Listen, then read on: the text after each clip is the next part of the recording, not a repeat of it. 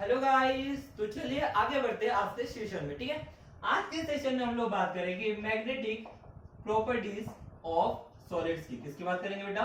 Magnetic properties of solid की। ठीक है, जब हम लोग मैग्नेटिक प्रॉपर्टीज ऑफ सॉलिड्स की बात करने वाले हैं तो यहाँ पे हम लोग सॉलिड के तीन मैग्नेटिक प्रॉपर्टीज की बात करेंगे। एक है हमारा डायामैग्नेटिक, दूसरा है हमारा पैरामैग्नेटिक और तीसरा है हमारा फेरोमैग्नेटिक। ठीक है, तो कौन से सॉलिड हमारे डायमैग्नेटिक प्रॉपर्टीज शो करेंगे, कौन से सॉलिड्स हमारे पैरामैग्नेटिक प्रॉपर्टीज शो करेंगे, कौन से सॉलिड्स हमारे फेरोमैग्नेटिक प्रॉपर्टीज शो करेंगे बेटा? तो होता क्या है, जो मैग्नेटिक प्रॉपर्टीज होता है ना सॉलिड की, ये सॉलिड्स के मैग्नेटिक प्रॉपर्टीज डिपेंड करती है मूवमेंट ऑफ इलेक्ट्रॉन्स के ऊपर। किसके ऊपर डिपेंड करती है बेटा? मूवमेंट ऑफ इलेक्ट्रॉन्स के ऊपर डिपेंड करती है। हम सब लोग जानते हैं कि जो हमारे इलेक्ट्रॉन्स होते हैं ऑर्बिटल में होते हैं बेटा, और ऑर्बिटल में जब होते हैं तो ये क्या होते हैं बेटा? जैसे ये न्यूक्लियस के अराउंड में रिवॉल्व करता है, वैसे खुद के ऑर्बिटल में भी ये रिवॉल्व होते हैं, आइदर क्लॉकवाइज डायरेक्शन और आइदर एंटी क्लॉकवाइज डायरेक्शन। जैसे कि एग्जांपल के तौर पे याद कीजिए, समझने की कोशिश कीजिए। जैसे हम सब लोग जानते हैं कि जो हमारा अर्थ होता है ये सन के अराउंड में रिवॉल्व होता है, लेकिन जैसे हमारी अर्थ सन के अराउंड में रिवॉल्व होता है, वैसे खुद के ऑर्बिट में भी क्या होते रहता है बेटा? रिवॉल्व होते रहता है। सेम हियर, ये जो हमारे इलेक्ट्रॉन्स होते हैं ये न्यूक्लियस के अराउंड में रिवॉल्व तो होता है, लेकिन साथ ही साथ में खुद के ऑर्बिटल में भी क्या होते रहते हैं बेटा? रिवॉल्व होते रहते हैं, मूवमेंट करते रहते हैं। तो इसी इलेक्ट्रॉन के मूवमेंट के ऊपर डिपेंड करता है उसका मैग्नेटिक मूवमेंट। क्या डिपेंड करता है बेटा? उसका मैग्नेटिक मूवमेंट डिपेंड करता है, और इन्हीं मैग्नेटिक मूवमेंट से उसका डिसाइड किया जाता है मैग्नेटिक फील्ड। क्या डिसाइड किया जाता है बेटा? Magnetic field. और इन्हीं मैग्नेटिक फील्ड से डिसाइड किया जाता है उसका मैग्नेटिक नेचर। क्या डिसाइड किया जाता है? मैग्नेटिक नेचर, जिसी को हम लोग क्या बोलेंगे बेटा? मैग्नेटिक प्रॉपर्टीज भी बोलेंगे। क्या बोलेंगे बेटा? मैग्नेटिक प्रॉपर्टीज बोलेंगे। इसका मतलब मैं ऐसा बोल सकता हूँ कि ये जो मैग्नेटिक प्रॉपर्टीज है ये इनडायरेक्टली इसके ऊपर डिपेंड कर रही है बेटा, हमारे मूवमेंट ऑफ इलेक्ट्रॉन्स के ऊपर डिपेंड कर रही है। किसके ऊपर डिपेंड कर रही है? मूवमेंट ऑफ इलेक्ट्रॉन्स के ऊपर। तो कैसे, किस तरह से होने वाले, इसके बारे में हम लोग देखने वाले हैं टॉपिक में। तो देखिए, डायामैग्नेटिक हम लोग किन्हें कहेंगे? हम डायामैग्नेटिक उन सॉलिड्स को कहेंगे बेटा जो मैग्नेटिक फील्ड के प्रेजेंस में, किसके प्रेजेंस में बेटा? मैग्नेटिक फील्ड के प्रेजेंस में रिपल्शन शो करते हैं। क्या शो करते हैं बेटा? मैग्नेटिक फील्ड के प्रेजेंस में रिपल्शन शो करते हैं। ऐसे हमारे substances which shows repulsion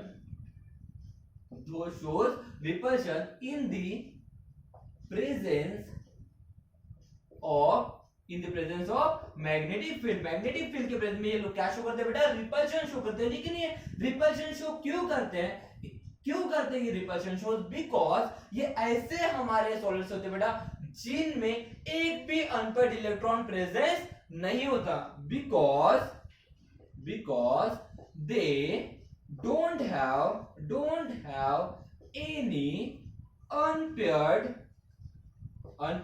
electron, क्योंकि उनमें एक भी क्या प्रेजेंट नहीं होता बेटा? अनपेयर्ड इलेक्ट्रॉन प्रेजेंट नहीं होता। मतलब ऐसा मान के चल सकते हैं ये ऐसे सॉलिड्स होंगे जिनके ऑर्बिटल क्या होंगे बेटा? फुल पेड होंगे। अब मान के लिए अगर ये ऑर्बिटल फुल पेड है तो ये क्या हो जाएगा बेटा? इलेक्ट्रॉन मूवमेंट कर पाएंगे क्या? नहीं कर पाएंगे, बिकॉज अगर एक एंटी क्लॉकवाइज डायरेक्शन में घूमेगा तो एक दूसरे के घूमेगा क्लॉकवाइज डायरेक्शन में घूमेगा। ये एंटी क्लॉकवाइज घूमने की कोशिश करेंगे, ये क्लॉकवाइज घूमने की कोशिश करेंगे, तो एक दूसरे को क्या करेंगे? रिपल करेंगे, और रिपल क्वेश्चन करने की वजह से वहां पे मूवमेंट ऑफ इलेक्ट्रॉन हो पाएगा क्या? नहीं। इट मींस दैट इनमें जो मैग्नेटिक प्रॉपर्टी होती है, मैग्नेटिक प्रॉपर्टी होती है लेकिन इतनी कम होती है कि बहुत ही ज्यादा कम होती है। ऐसे टाइप के सॉलिड्स को हम लोग क्या बोलेंगे बेटा? डायामैग्नेटिक कहेंगे। क्या कहेंगे? डायामैग्नेटिक करेंगे। एग्जांपल के तौर पे हम लोग बात कर सकते हैं, दैट इज व्हाट, जैसे कि हम मान के चलिए NaCl हो गया। क्या हो गया बेटा? NaCl हो गया। दूसरा हम लोग बोल सकते हैं TiO2 बोल सकते हैं। क्या बोल सकते हैं बेटा? TiO2, टाइटेनियम ऑक्साइड बोल सकते हैं। ये हमारे एग्जांपल्स है किसके बेटा? डायामैग्नेटिक सॉलिड्स के। किसके एग्जांपल है? डायामैग्नेटिक सॉलिड्स के। ओके, तो सर पैरामैग्नेटिक मतलब क्या होता है? तो पैरामैग्नेटिक मतलब क्या होता है बेटा? ये ऐसे सब्सटेंसेस होते हैं, those substances which shows small or weak attraction। मतलब ऐसे सॉलिड्स होते हैं बेटा जो हमारे स्मॉल या वीक अट्रैक्शन शो करते हैं in the presence of in the presence of magnetic field, मतलब मैग्नेटिक फील्ड के प्रेजेंस में ये वीक अट्रैक्शन शो करते हैं। लेकिन ये क्यों होता है, इसकी वजह क्या होती है, बिकॉज इसकी वजह ये है बेटा, because they have at least one unpaired electron, because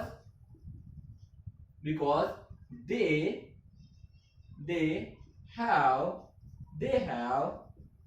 at least one unpaired electron.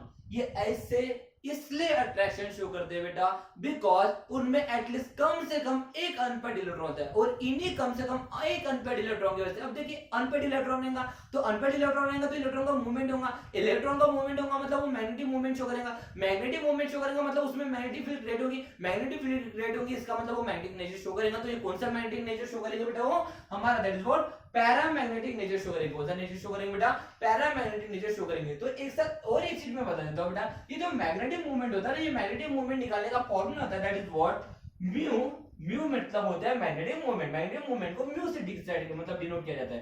Mu is equal to under root of n in bracket n+2। क्या होता है बेटा फॉर्मूला मैग्नेटिक मूवमेंट निकालने का, n under root of n in bracket n+2, whereas ये जो हमारा n होता है, n is nothing but number of unpaired electron.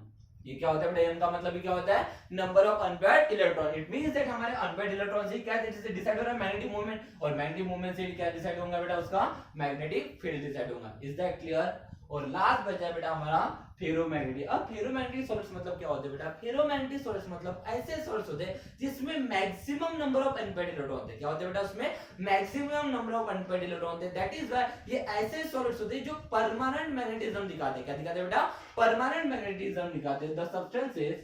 The substances which shows permanent magnetism. क्या शो करते बेटा, परमानेंट मैग्नेटिज्म शो करते हैं। लेकिन ये परमानेंट मैग्नेटिज्म शो इसी वजह से करते हैं बिकॉज उनमें more number of unpaired electron होते हैं, बिकॉज